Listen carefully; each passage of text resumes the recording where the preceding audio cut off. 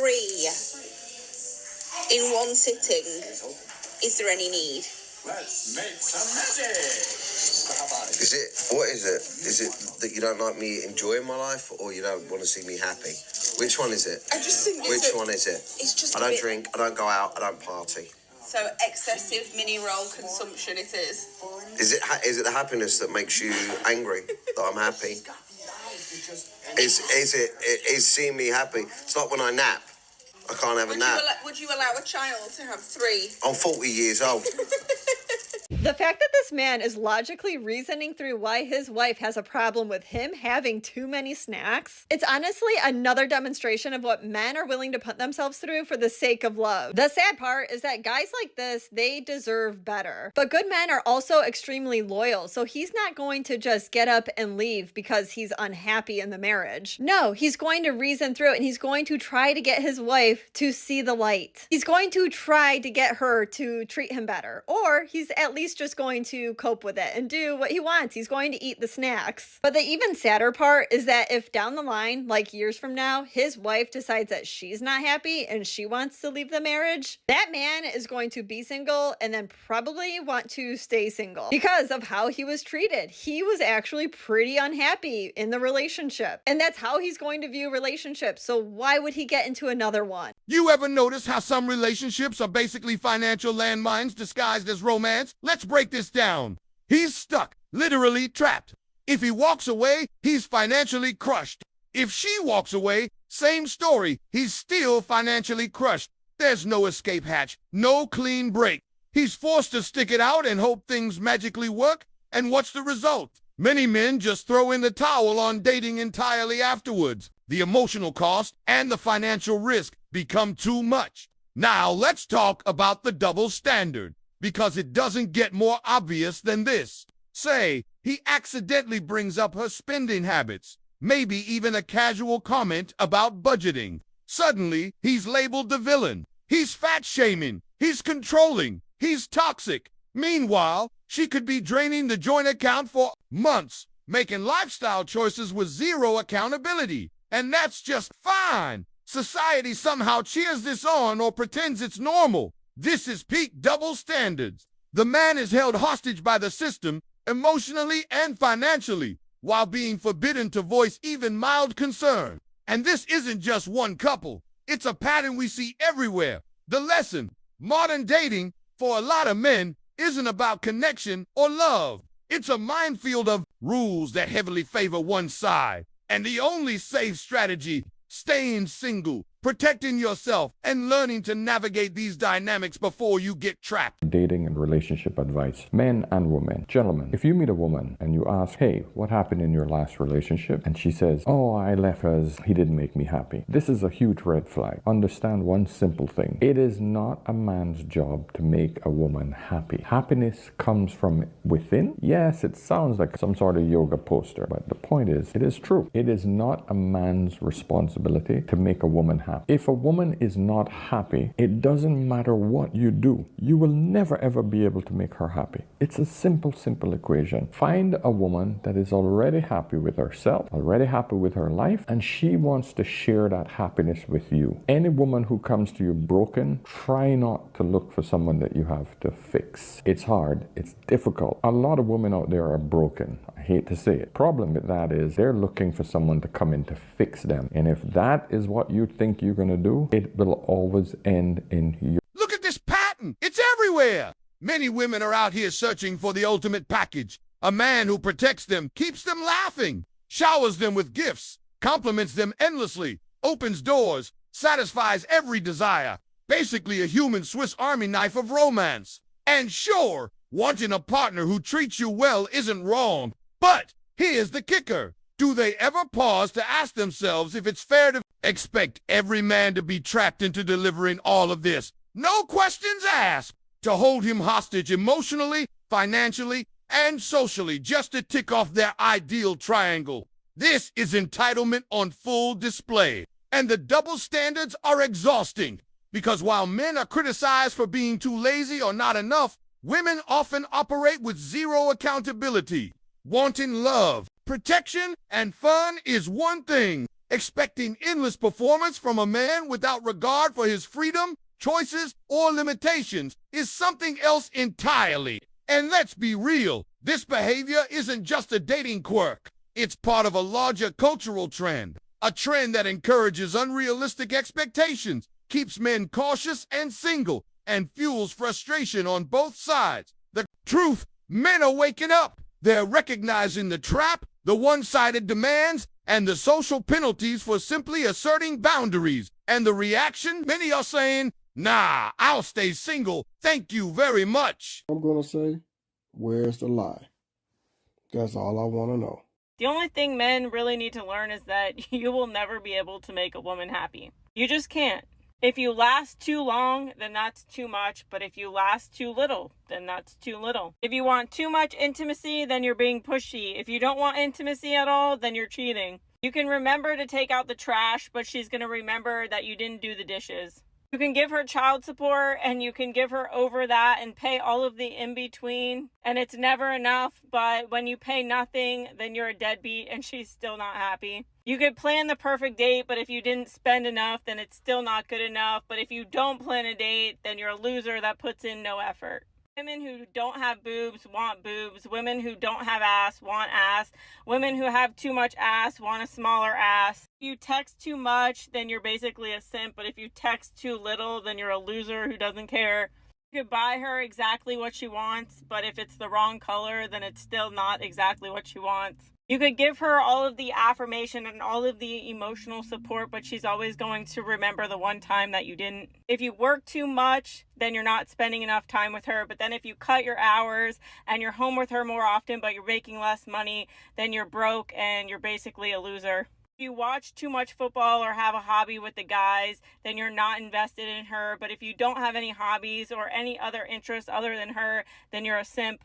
Until you understand this as a man, that it's not your job or your responsibility to continuously make her happy, and that you can't make her happy, your life will be a lot easier. There's a harsh reality check. A lot of modern women today view men through a very narrow lens as sources of attention, validation, or fleeting pleasure. It's framed as empowerment, like demanding constant admiration or proving independence somehow replaces emotional depth. But here's the thing. Most men aren't signing up for that. They're not out here chasing validation or treating relationships like a performance. They're looking for loyalty, peace, and true partnership, the kind of bond where both people feel safe, valued, and understood. And that's where the disconnect hits hard. Modern culture often glorifies the chase, the excitement, the thrill of temporary highs. Women sometimes equate attention and flirtation with genuine connection, mistaking short-term thrills for long-term compatibility. The results, real relationships crumble. Men step back, withdraw, or stay single altogether because the emotional and social investment simply isn't reciprocated in kind. This isn't just a personal problem, it's a societal one. When expectations get warped and double standards dominate, both sides lose. Men are forced to protect themselves from being taken for granted, and women end up frustrated that the good guys seem scarce. It's a vicious cycle, fueled by cultural myths about love, empowerment, and what it means to be a man or be a woman today. Men are happy being single. They are. They're definitely enjoying it more than they used to before. And because I see it, you know, it's gotten harder to date, you know, lately. Men are very satisfied in their lives without women. They are. They're working a lot, either working a lot, or if they're not working, then, they'll hang out with their friends, with their family, with their kids. Well, with their kids, it's a given. But yeah, they're happy being, if they're not married, they're happy being, bachelors and having their own space and not having to commit to anyone.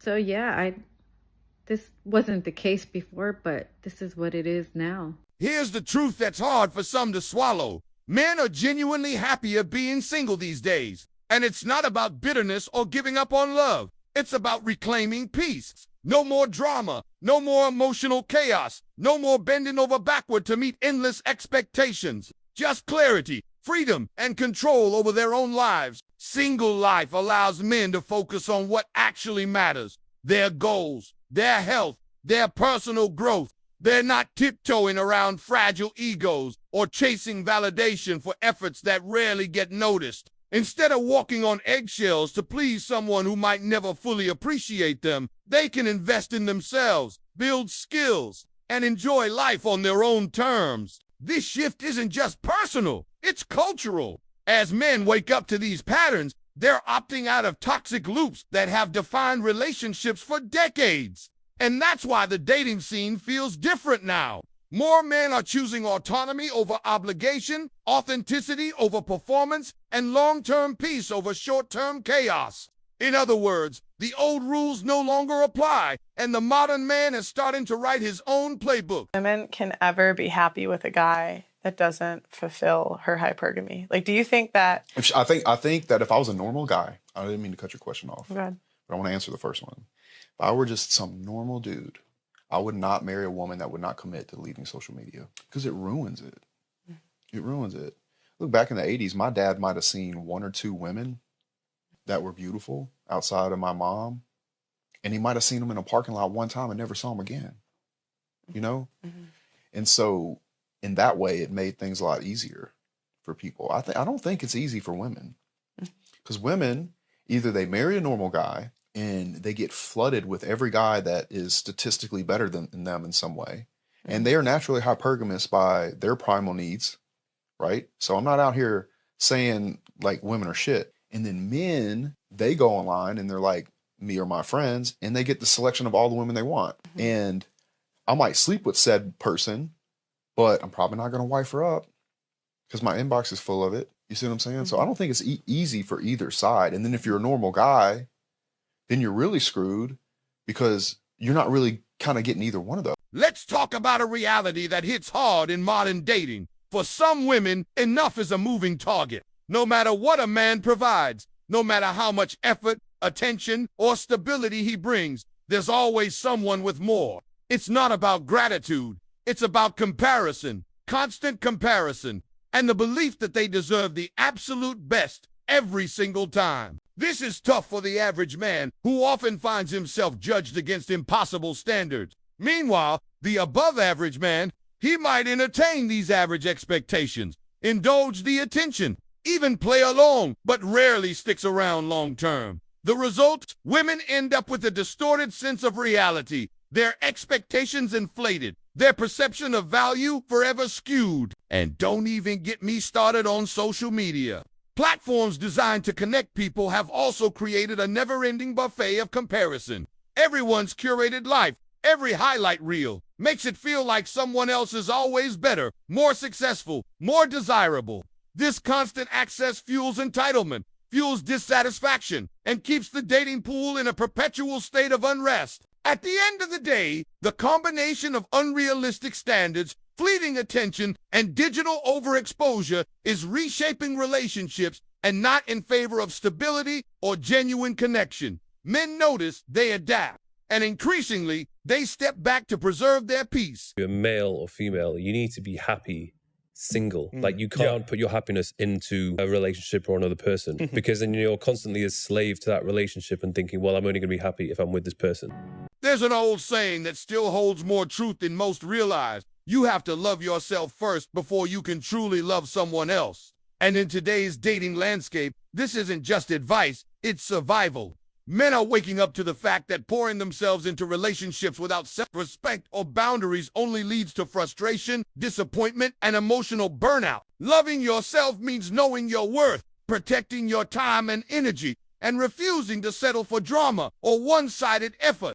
It's why more men are choosing singlehood, investing in personal growth, and prioritizing peace over pleasing someone else. Because when you start with self-love, everything else, healthy connection, mutual respect, even romance falls into place naturally. In a world where expectations are skewed, entitlement runs rampant, and social media constantly distorts reality. Self-love isn't optional. It's the foundation that keeps men grounded, focused, and free from the traps that have ensnared generations before them. For years, women have told men to leave them alone. Don't approach me, you creep, they would all say. And it turns out if you keep telling men to stay away from you, they will. Modern women are going on TikTok to whine about men not approaching them. Back in the day, it was simple. A guy saw a pretty woman, walked up to her and said hi. Of course, women called that predatory and patriarchy, and now everything's messed up. Men not approaching women. Let's unpack this one, because it's a classic case of unintended consequences. For years, many women were quick to shout, "Leave me alone," at men who showed genuine interest, labeling them as creepy or too forward for trying to connect. And now, some are genuinely puzzled about why men stopped putting in the effort. Here's the hard truth. You can't reject attention for years, dismiss genuine effort, and then turn around and complain about loneliness. Men heard the message loud and clear. They adjusted. They withdrew. And now the quiet they once demanded is exactly what they get. This isn't bitterness, it's cause and effect.